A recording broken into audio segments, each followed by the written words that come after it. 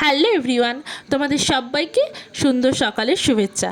আজকের ভিডিওটা শুরু করছি মায়ের মন্দির থেকে। এরও একটা বিশেষ কারণ আছে। ভিডিওটা দেখতে দেখতে তোমরা আশা করি সব জানতে পেরে যাবে। তো তোমরা হয়তো আমাকে ভুলে গেছো, ঠিক আছে, কোনো ব্যাপার না, আমি মনে করিয়ে দিচ্ছি। আমি হলাম পিকু, আর তোমাদের সবাইকে ওয়েলকাম আমার পিকুজ ওয়ার্ল্ডে। তো কেমন আছো সবাই? আশা করছি সবাই খুব ভালো আছো, আর আমিও ভীষণ ভালো আছি। তো আজ হচ্ছে আমার জন্মদিনের সকাল। আজ বলতে কিন্তু 15ই মে। 15ই মে ছিল আমার জন্মদিনের সকাল, 31শে বৈশাখ।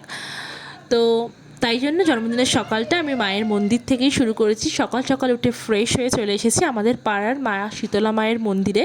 এটা আমাদের পাড়াতেই, মানে আমার মামা বাড়ির একদম কাছেই, জাস্ট 1 পা 2 পা এগোলেই মায়ের মন্দির। তো সকালবেলা উঠে তাড়াতাড়ি ফ্রেশ হয়ে মায়ের মন্দিরে চলে এসেছি পুজো দেওয়ার জন্য। আর সাথে এসেছিল আমার বোন, যে আমার ভিডিও করে দিয়েছে। তো এই মন্দিরটা খুবই জাগ্রত। তো প্রত্যেক বছর এই মায়ের মন্দিরে পুজো হয়। তো কেউ না কেউ ঠাকুর দেয়, মানে প্রত্যেক বছরই লাইন থাকে যে কে ঠাকুর দেবে। তো মায়ের মুখটা এবারে খুবই সুন্দর হয়েছে, একদম ছোটোখাটো, একদম কিউট। না, ঠাকুরকে কিউট বলাই যায়। আমরা তো মানুষের ছবিতে কিউট কমেন্ট করি, তো আমি ঠাকুরকে বললাম। তো যাই হোক, ভালোবেসে বললাম। তো তারপর আমি এখানে ঠাকুরকে যেরকম আমি পেরেছি, আমার যতটুকু সামর্থ্য হয়েছে ততটুকুভাবে পুজো করেছি মনের শান্তির জন্য। প্রতি বছরই চেষ্টা করি মায়ের মন্দিরে পুজো দিয়ে দিনটা শুরু করার জন্য, যাতে সারা জীবন আমার পরিবারকে, আমাদের সকলকে সবাই মানে ভালো রাখেন। তো এই বছর এই মন্দিরে এসেছিলাম। তো এই মন্দিরেও আসি, এছাড়া নৈহাটি বড়মা মন্দিরেও যে বছর পসিবল হয় পুজো দিতে যাই। তো তোমরা আমাকে এখন জন্মদিনের উইশটা করতেই পারো, কারণ ভিডিওটা তোমরা লেটে দেখছো। আমার মতে আমি খুবই লেটে আসলে, তো মানে ভিডিও ক্যাপচার থাকে তোমাদের সাথে শেয়ার করব বলে, কিন্তু তোমাদের সাথে ভিডিওটা শেয়ার করে হওয়া ওঠে না, তোমাদের এডিট করে হওয়া হয় না।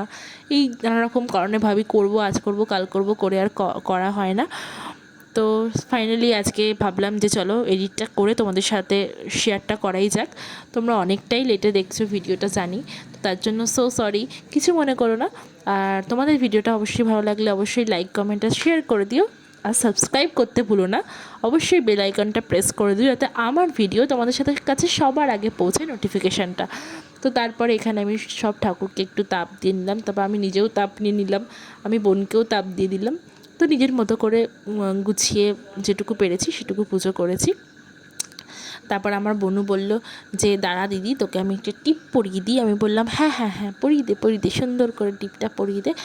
আর সেই দিন ছিল প্রচণ্ড পরিমাণে গরম, মানে স্নান করে এসে পুরো ঘেমে স্নান, ওইটুকু টাইম পুজো দিচ্ছে এত খোলামেলা জায়গায়, তাও পুরো মানে এত গরম ছিল যে ঘেমে স্নান হয়ে গেছে। বোনও বলছিল দিদি প্রচণ্ড গরম লাগছে। আমি বললাম হ্যাঁ চল তাড়াতাড়ি পুজো দিয়ে বাড়ির দিকে রওনা হওয়া যাবে।